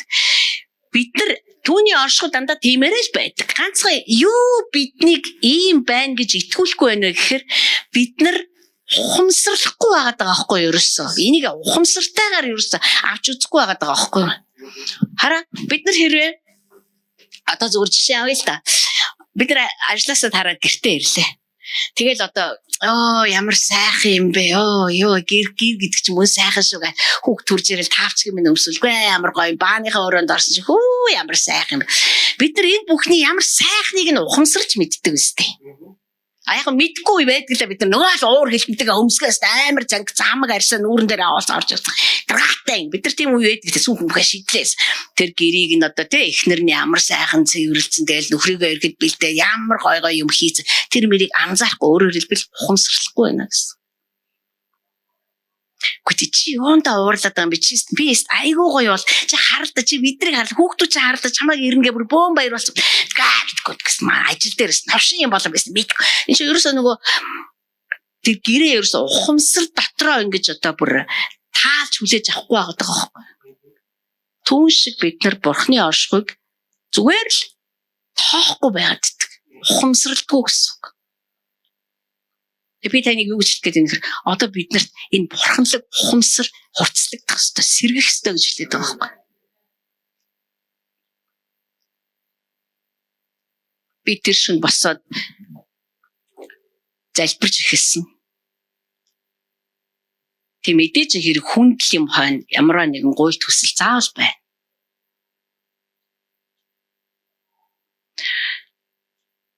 За хүүхдүүд биш юм аа гэхэд заа хэлсүмээ маань хүн тэр өмнө өвчтэй байгаа энэ мань юм аа бурхан минь за тэр минь бодоглоод ах чинь юу вэ гэл тэрнийхээ төлөө залбирдаг юу ис байх вэ? Харин түүний оршихуйг бид нар сүнслэг мэдрэмжгүй тэгээ залбираа суугаад байгаа юм бол түүний оршихуй дотор ямар гайхалтай юм болоод байгааг бас мэдгүй. Залбирна гэдэг нь зүгээр ярих юм аа гэж бид нар боддог бол. Аль болохоор их юм гуйдаг цаг юм аа гэж бодох юм бол би түүнийг чагнах ёстой шүү дээ гэж бодохгүй байх юм бол би тэр оршихуйд нь амрах ёстой шүү дээ би чинь энэ олон ачаануудыг би тайлаа суух ёстой шүү дээ би түүнийг харах ёстой шүү дээ гэж ухамсарлахгүй байх юм бол зүгээр л би полимоч гэж гал тэгэл унтаад өгөх юм бол бид нар түүний оршихуйг дахиад өнгөрөөнө. Бид нар ийм маягаар насан туршдаа агуу залбирах чивээр явсаар хагаад тэгэл дуусгах. Гэхдээ түүний өмнө очихдоо би түүний оршихуйг ерөөс мэддэггүй. Тэр намайг таних хэсэг нь асуудалтай. Тийм л учраас тэр шин яг тэр үүрийн залбирал тэгж дууссанд би туйлах баяртай байдаг. Яг л нэг тийм намайг амрааж чаддаг тэр л амралт тэнд байгаад байгаа. Та бүр мэдэрнэ энийг. Таны одоо тэ хүн оюун санаа зүрх сэтгэл бие мах бодороо туйлын нэг тийм тааламжт байдлыг бүрэн мэдэрдэг. Бүр цаддаг. Хоол идэггүй штэ. Тийм учраас Христ 40 өдөр 40 шөнө хоосон явсан гайх юм алга. Маш гайхалтай одоо тийм өдрүүд байсан байгаа байхгүй. Цэвэр оршихуй дотор амьдэрсэн. Тийм л учраас тэр ариун сүнс түүнийг дүүргэх ёстой байсан, ариун сүнс түүнийг хөтлөөд цөл рүү авчих ёстой байсан. Хаана очих нь тийм чухал биш. Хамгийн гол нь хэний дотор байх вэ гэдэг чинь айгүй чухал. Тэгээд дуусаад буцаж ирэхдээ ариун сүнсний хүч дотор буцаж ирж байгаа шүү дээ. Хүч дотор нь байсан учраас өвчтэй хүмүүс зайлжаалаа. Яг 40 хоногийн өлсөндөө ч байгаа даа юм биш. Хэний дотор амьдэрсэн бэ гэдэгтээ байгаад байгаа байхгүй. Та тэнд тэр өөрөөр бол бурхан надад нэг юу ч юм ярих шаардлагагүй газар бол бурханы оршихуй юм. Зүгээр л та мэддэг тхөө. Энэ бол миний амьдрах ёстой газар. Давидын үг зүгээр танд бодогдсон заа юу. Таны оршихуйгаас та намайг бити холдуулаач. 1000 өдөр нэг өдөр таны оршихуйд байхын тулд би юугаач хөс буцахгүй байна. 1000 өдөр гадаа байснаас нэг өдөр л дотор бай. Одоо эн чинь зүгээр нэг тийм шүлэг зохиохтой толгой холбоод олж авсан үгнүүд биш байгаа юм. Тэр хүний өөрийнх нь бүр тэр олж нээсэн. Та нар боддоо Давидын дуулуудыг үзээрэй. Би тэгээд дараад нь дуул намайг уншижсэн. Үн тэндээс альнаас нь ч уншсан. Давид түүний оршихуйг хаттай зүрс маань тэр чи мэдээж хадан агуу дотор байжсэн шүү дээ. Тэр гөлийсэн хүйтэн зэвдэг юм ч ярьдгүй тэ өөдөөс нь бүр нэг тийм гөлийгэд харж байгаа тэр хатнуудыг харж хахад тэр оршихуй дотор амьдарч байгаагаа мэдэрдэг байсан байгаа байхгүй. Та бол миний хадан цайз. Та бол миний бат цайз. Тэр хатнууд дотор сууж байхдаа таны жигүүр дор хорогдох нь дигдэхэнүүдээ зөөлөн өдөөрөө хочж байгаа мэт юм аа тэр гэж мэгээр тэр чинь оршихуйг нь бүр тэгтлээгүй мэдэрсэн байгаа даа байхгүй. Батшебата унтсныхаа дараа Натан түн дээр ирдэг дуул 51. Тэгэхэд Давид бурхан хандаад ярьдаг. Бурхан минь бист үнэхээр пагталжээ. Орчин үеийн хэлээр. Миний яснууд бүгд хуурж яарсан байна. Одоо та хууссан ясаа босгож ирээч. Миний бодоход түүний оршихуй дотор байгаа хүнд ийм том найдар байж чадна. Тэр чин хүний ихнэр булааж авсан ш. Дээрээс нь нөхрийг нь явуулаад хөлсний алуурч нар баг алуулчихж байгаа ш. Захиалаад. Тэр чин таслагдсан хаан ш. Саулч тгийг байхгүй манайхаа. Тэр оршихуйн хүч чадлыг та харж байна уу? Тэр оршихуйд нь байдаг учраас мэддэг учраас би энэ дотор би ингэж бууж чадна. Бурхан ингэ гуйхад тэр намайг яг ийм болгож чадна. Тэр миний бүх хугарсан та яарсан ясаа босгооч гэж байгаа шүү. Тэр чи аргагүй ш тэр гим нүгэл чинь өөрийг нь бүр зүгээр няцлаа ичиж байгаа юм чи. Амар биш шүү. Заавал тийм төрлийн гим нүгэл байх нь албагүй. Одоо цөмөр юг харъя л та. 3 дугаар явахын дээр байсан баха. Яг юудагийн урталтайсэн шиг санаж байна. 3 байна уу? Нэгдүгээр явах юм шиг байна.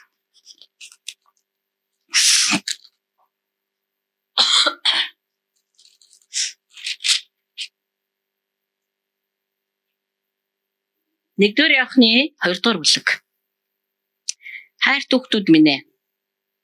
Би та нарыг гим нүглээс холдуулах гэсэндээ ингэж бичиж байна. Гэхдээ хэрвхэн нэгэн чинь гим хийх юм бол эцгийн оршихуй дотор бидэнд тэргүүн тахилч анд нөхөр минь байгаа учраас Есүс Христ тэр зөвхт Христ бидний гим нүглийн бүхий л золиосыг төлсөн юм а. Гим нүглийн маань асуудлыг хамгийн сайнаар шийдсэн юм а. Зөвхөн минийхийг биш, биднийхийг биш, бүх дэлхийн гим нүглийг шийдсэн юм а. Тийм учраас түүн рүү очоо гэж хэлж байгаа. Давид энийг харсан байгаа байхгүй. Энд Христ ирээгүй байх үед ч тэ. Тэгэхээр тэр бурхны оршихуйч өөрөө бид нар ямар хүнд дарамттай бидний буруугаас бидний хийсэн гим нүглээс болоод бид нар ямар хүнд байдалд ордгийг хинч мэдэхгүй. Та өөрөө л мэднэ, би өөрөө л мэднэ. Би ч та баларчлаа да. Яа, тэр мэдрэмж бол амарч те. Би баларчлаа. Яг энд юу гэж хэлж байна гэхээр чи үнэхээр тэгцнээ мэдж байгаа бол тэнд хэн байгааг санаарай.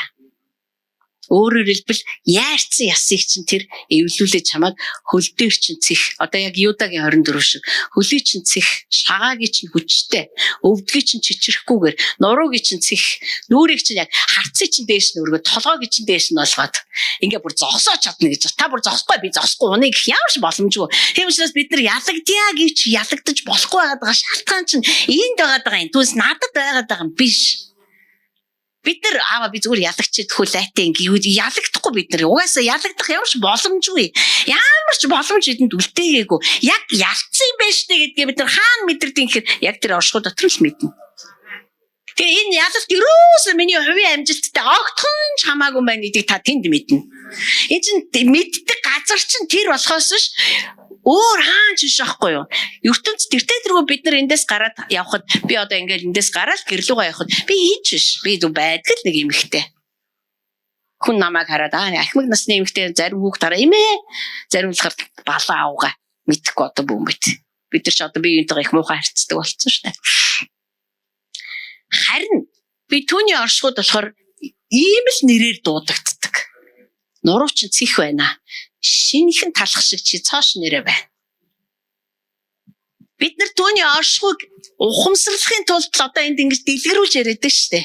Энэ бодиттой байхгүй юу? Бид нар түүний оршихуйд орохдоо ялалтандаа ерөөс түүний оршихуй дотор хэлэгддэггүй ямар бас нэг үг юу вэ гэхээр эргэлзэж जैन. Тийм үү? Ямар сони? Ямар ч юм байхгүй. Та зүгээр оршихуйд нь зогсож байхдаа таныг бүр ятгах шаардлагагүй зүгээр та оршихуйд нь зогсож байхдаа бүр өөрөө эргэлзэж байсныгаа тавар гайх. Үгүй ямар ч тийм учраас түүний бид нарыг өнөөдрийг хүртэл энэ одоо бартаатай тэгсэн мөртлөө энэ их адармаатай тэгсэн мөртлөө амар адал явдалтай тэгсэн мөртлөө үнэхээр зүрх зүсэм сэтгэл шаналм тэгсэн мөртлөө бодит өөрчлөлтүүдтэй энэ замуудаар хэн биднийг ингэж дагуулж явсан юм. Үгүй тэр оршихуй дотор намайг барьж идэг тэр нэгэн байгаад байгаа байхгүй барьж идэг тань та одоо энэ зургийг бүр өөртөө хадгалах хэрэгтэй шүү дээ. Би бүр унаад гівтэж байсан ч хоёр хөлөө тайруулсан байсан та түүний оршихуйд хоёр үлтэйгээр зогсож байна. Дээр нь Ром номын 8 дугаар бүлэг ариун сүнс миний дотор амьдарч байгаа. За одоо тэр дээр байгаа Есүс Христ танд холдоод байвал би дотор ч амьдарч байгаа ариун сүнсийг ярив. Тэр ариун сүнс залбирах үг байхгүй. Нулимс өөр юу ч байхгүй. Эсвэл яолох, эсвэл санаа алдах, эсвэл ихэр татах өөр ямар ч аваагүй байх бүгдийг цуглуулаад залбирал хийгээд таны өмнөөс эцгийн бодол санааны дагуу залбирал бий болгоод ярьдаг гэж байгаа байхгүй. Үгүй бидэрт гэтэл юу гэж ярьдаг вүлээ? За залбирж гин үү? Өөст хэрэг байхгүй. Би ойр дөрөс залбирах байсан. Яагаа вэ? Чадахгүй. Та чадахгүй байгаадаа шаналж байгаа шаналлаар чинь залбирал хийж ивэл яах вэ? Дээрээс нь Есүс Христ таны бүр ингэ зогсооцсон заяа. Та энд яах вэ? Газар залбирч чадахгүй өнгөрсөн ингэ гівчээд юм байгаа. Тэнд зүгээр эцгийн оршихуй таныг зөв босоо орчин байлгаж идэг шүү дээ. Тэр. Энд ариун сүнс тасралтгүй ажиллаж шүү дээ. Бүр бүхий л дотоодоос маань залбирал үүсгээд эцгийн бодол санааны дагуу миний бүр хэлж чадахгүй хэлнэ гэж бодол санаанд жорохгүй хэл амж гүйцэхгүй байсан тэр зүйлийг эцэг рүү хандаж яг түүний бодлын дагуу бид нар түүний бодлын дагуу ярих нь ямар чухал вэ? Тийм л учраас заримдаа залбирахд айгүй хэцүү шүү дээ. Ер нь их их тохиолдолд бид нар түүний бодлын эсрэг ярьж ивэл яана. Гэтэл миний бидний одоо юу гэж ярих вэ? Би ямар ямар хэцүү юм бэ? Яах вэ? Та мэдж байгаа та нэр та мэдж байгаа та би өстө нэр ямар байгааг та мэдж байгаа та тэр бүгдийг чинь мэдүүлж өгөхийн тулд ариун сүнс миний дотор байж. Дээр нь таныг босоо байлгахын тулд агуу тэргүүн тахилч таны аанд нөхөр таны хууль ёсны өмгөөлөгч албан ёсны хуульч чинь тэнд байж. Би энэ бодлыг бодохоор бүр жаргадаг шүү дээ. Яагаад гэвэл хүмүүс хувийн өмгөөлөгч, хувийн хуульчтай гэдэг гэр бүлийн хуульчтай. Харин бидэнд бол мөнхийн тахилч байна л да. Бид нар түүний өмнө очиж хэрэгээ мэдүүлдэг. Яг Давид шиг хэрэгээ мэдүүлдэг. Шүүх хурлаар бол хэрэгээ би түүнд өмгөөлөгчтэй мэдүүлсэн. Өмгөөлөгч тэнд очиод эцгийн өмнө намайг өмгөөлөөд зогсож идэг. Түүний өмгөөлөх шалтгаан юу? Тэр өөрөө тахил болгож өөрийгөө өгсөн. Амьд тахил болж амиа өгсөн миний төлөө би энэ хүнийг өмгөөлж байна. Энэ хүнийг би цусаараа худалдаж авсан. Энэ хүний төлөө би өгсөн юм аа. Бид нар бурхны оршихуйг таних амар хэрэгцээ яг одоо гарчаад байна л гэж хэлэх гээд байна тань. Яг вэ бид нар мэдээгүй байсан байж болно. Бид нар ажил төрөлтөө амьдрал ахуйдаа түүртээ тэрийг нь анзаардгүй байсан байж болно. Харин яг одоо уулыг эзлэх тухай ярьж байгаа бол яг одоо санхүүгийн цөмрөлт хийх талаар ярьж байгаа бол яг одоо өөрөө өндөөж басах талаар ярьж байгаа бол та аль хэзээний босоо байгаа шүү гэж юу хэлмээр байна. Бид нар босоо байгаа байрлаа ухамсарлах хэрэгтэй байхгүй юу? Бодох ёстой шүү дээ. Бид нар хөвлөд байгаа хүүхдээ ярьж чадахгүй, хөдөлж чадахгүй одоо ямар ч ухамсаргүй зүгээр л одоо төрөөгүй ахт нь бараг л одоо ураг гэж нэрлэдэг үсттэй. Тийм хүүхдээ ямар их үнцэн өгдөг билээ дээ. Харин бид нар босоогоор үргэлж босоогоор байдаг нь бидний улмаас ш. Тийм учраас би хүмүүсийг Ёо бистэ энэ өдрүүдэд үнэхээр уналтын байдалтай байна гэж хэлэхэд нь би заяастай жинхэнэ утгаараа энэ хүн бол босоо байгаа юм байна л гэж боддог. Яг л хүн хамгийн уналттай байх үед хамгийн юм явагдчихийдэг байхгүй юу? Бид нар эсэргээр нь боддог. Яг л бидний нөгөө орчин бидэнд тэг заадаг. Амар инээгээл амар хүчрэхэг тавил бид нар ч хүч чадaltaй би ч христч шүү дээ өнөөдөр би ажил дээр айгүй хүчтэй байх хэвээр бүр бид нар ерөөсө хүчгүй байхыг үзэн яддаг. Харин нөгөө оршгүй чи миний дотор амар миний дотор тэнхэр хүч тэнхээгүй байна зүгээр би чиний хүч болох гэж ирсэн шүү дээ. Би чиний хүч чинь ухаан дутаад энэ зүгээр би чиний мэрэгэн ухаан чинь байна. Надад дутагдж байгаа надад байхгүй зүйлийг нөхөхийн тулд тэр оршихуй зүгээр байж байгаа байхгүй юу? Тэр оршихуй дотор би орлоо зүгээр нөхөгдөж яадаг. Яг тэр хөвлийн дотор хэрэгтэй бүх минерал, эрдэс, хоол, хүнс бүх юма хүлээж авч идэг хүүхэд шиг. Бид нар ингэдэг штэ. Жирэмсэн ээж ингээд одоо чихэр хидэд ивэл хүүхэд нь одоо ингээд одоо диатез мятезтэй олон ч мэдээж чихэр идэж болохгүй. Гэхдээ бид нар хар ухаанаараа юу гэж боддог вэ гэхээр ээж ингээд халбахтаа сахар идэ. Эсвэл одоо шоколад идэ. Яг тэр шоколадын хэлбэрээр шууд хүүхдийн ам руу ороод идэг юм шиг бид нар бодоод идэггүй. Хүний бие чинь амар нарийн зохион байгуулалтаа гэж хэлсэн шүү дээ. Боловсруулаад шим тижээл нь тэр хүүхдэд очиж байгаа байхгүй юу? Арх онгод шууд архиараа тэр хүүхд рүү очиж хүүхд нь согтоод идэв биш. Шим тижээл нь очиод байгаа байхгүй. Архины ямар шим тижээл гэж байх вэ те?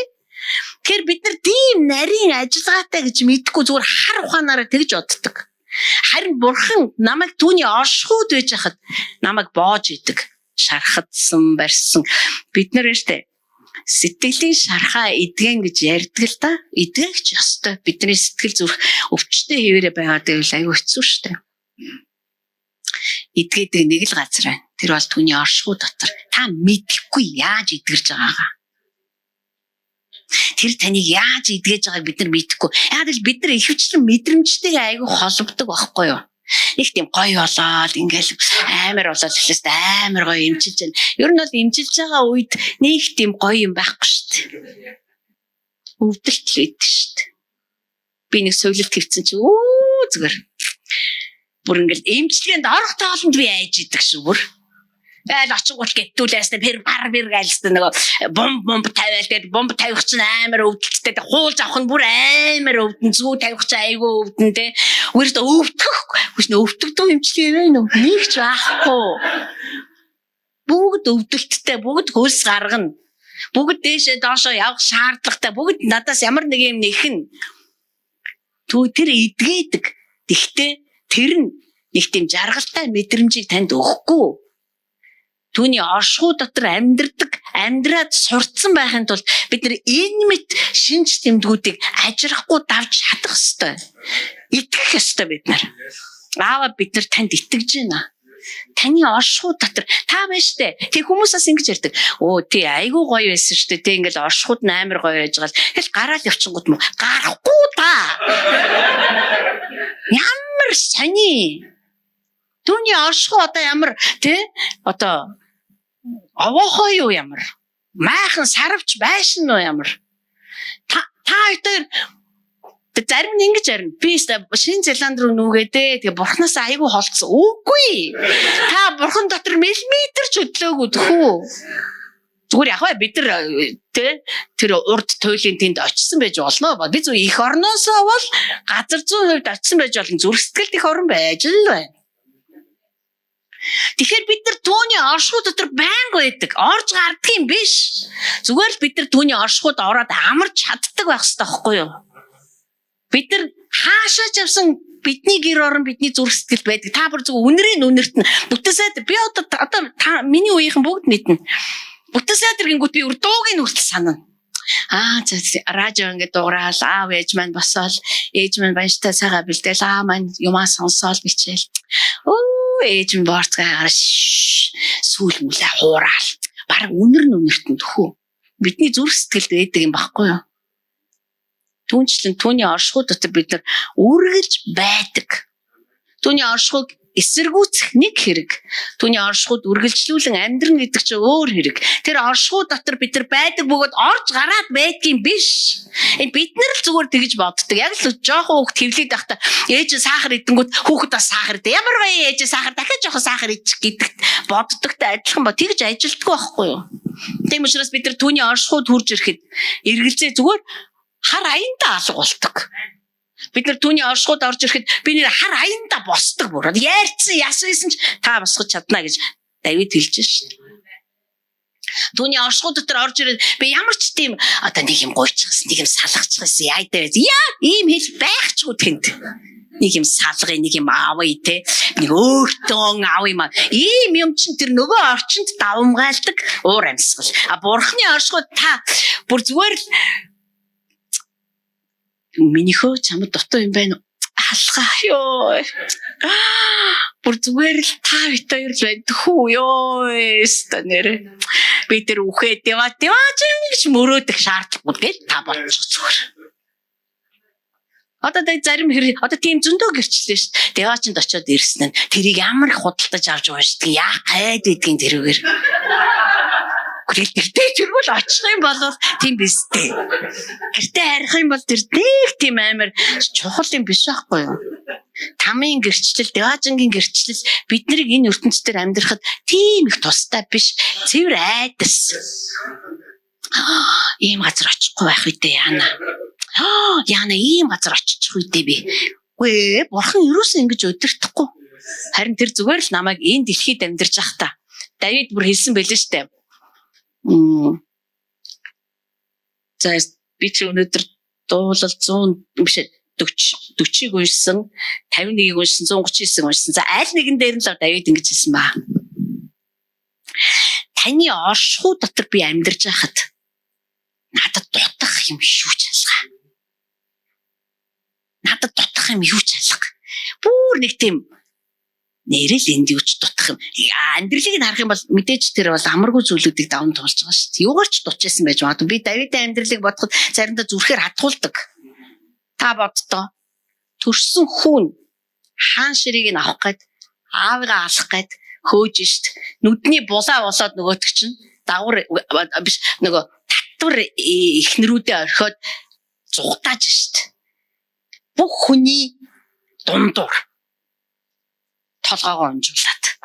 Тэр толгоогоо унжуулсан байж болно. Харин түүний оршууд дотор түүний тэргүүнийг бурхан өргөдөг байсан баг. Тийм учраас та бол миний эвэр. Та толгойг маань өргөдөг. Би таны оршихуй дотор зүгээр л юугаарч тотдгоо солиотой л хүн ингэж хэлэх байх. Тэр оршихуй ямар бодит байна вэ? Бид нар түүний оршихуй дотор өдөр болгон үнэхээр амарч сурах ёстой. Тэгэх юм бол бид нар эдгэрнэ, бид нар бүрэн бүтэн болно, бид нар хинээрч юугаарч дутагддаггүй юм байна. Дутагдахгүй байж болдсон байна. Ганц би хүн байсан ч ганц би гэж бодохгүй. Хүүсэр байсан ч юус хамаахгүй. Юус тэн дотор бүх хэрэгцээнүүд нь хангагдж байгаа байхгүй. Амьдралдаа санаа зовъё гэхээр ямар санаа? Санаа зовно л бол бурхны оршихуй хэл биш. Нөгөө орчны хэл. Бид нар бурхны оршихуй дотор их амьдрах тусмаа нөгөө орчныг даван туулж чадна гэсэн үг. Тэгээ үнэхээр би бас үргэлжлүүлээд энэ талаар үнэхээр мэдмээрч байна. Тэгээ зүгээр би онол мэдлэг гэхээсээ илүү зүгээр үнэхээр мэдмээр, бүр үнэхээр бүр амталж туулмаар байна. Тэгээ магадгүй бид нар эрх бүтэн сайдр үргэлжлүүлээд энэ тухай ярих байх. Бурхан өөрийнхөө оршихуйг бүр үнэхээр бидэнд харуулсан, үнэхээр мэдүүлээсэ. Одоо бид нар эцгийнхээ оршихуй дотор амарч сурах хэрэгтэй байна. Христ бол миний амралт байхгүй юу? Түүний дотор амарч сурах хэрэгтэй. Түүний дотор бүр ачаануудаа тавьж сурах хэрэгтэй. Түүний дотор зүгээр л одоо ямар ч тийм санаа зовох зүйлгүйгээр сууж сурах хэрэгтэй. Хайртаа бид нар таньдаа үнэхээр талархаж байна. Тэгээ энэ бол туйлын бодиттой гэж итгэж байна. Эцэст нь бид нар таны оршихуйд амьдэрсэн юм уу? Эсвэл бид нар энэ ертөнцийн амьдралд хутгалдаж явсан юм уу? Бид нар таны өмнө тайлангаа бодно. Таны өмнө тайлангаа тавина. Харин би яг хамт амьдарч исэн миний өмгөөлөгч, миний хуйлч, миний аанд нөхөр, миний агуу тэргүүн тахилч. Тэр Есүс Христийг хараад эзэн минь ээ гэд гүйж очих уу? Эсвэл Есүс Христ миний өмнө би чамайг танихгүй байна гэд хаалга хаах уу? Үнэхээр энэ эцсийн цагийн эцсийн мөч бол таны оршихуйн илэрхий болох цаг гэж би итгэж байна. Таны оршихуй хүн төрлөختөнд илт болох, илэрхий болох, ашиг тусна, гайхамшигтай байдал нь, сүр жавхал нь, цог жавхал нь хүмүүст мэдэгдэж чаддаг. Тийм гайхалтай ажиллагаа явагдана гэж би итгэж байна. Үүний төлөө та биднийг Христ дотор өөрийнхөө оршихуйд амьдруулахын тулд хүүгийнхээ цусаар биднийг худалдаж авсан юм аа. Тэр төлөөс хизээж хоосон бүү байг. Тэр төлөөсийг бидний химмэж бүү үл тоог. Энэ аимшигтай бөгөөд гайхамшигтай нэгүслийг химмэж гарынхаа салаагаар бүү урсгаж алдгээ. Та энд зогсож байгаа эрэгтэй эмэгтэй хүмүүс, биднийг сонсож байгаа эрэгтэй эмэгтэй хүмүүс, хүүхэд, хөгшин залуу гэлтгүй бүгдэнд нь та өөрийнхөө хүчирхэг оршихуй үргэлж хамт байдимаа гэдэг тэр нэг ёр бусын мэдлэгийг бас бидэнд өгөх болтгоо гэж залбирч байна. Би эзэн Есүс Христийн нэрээр гуйж байна. Аамен.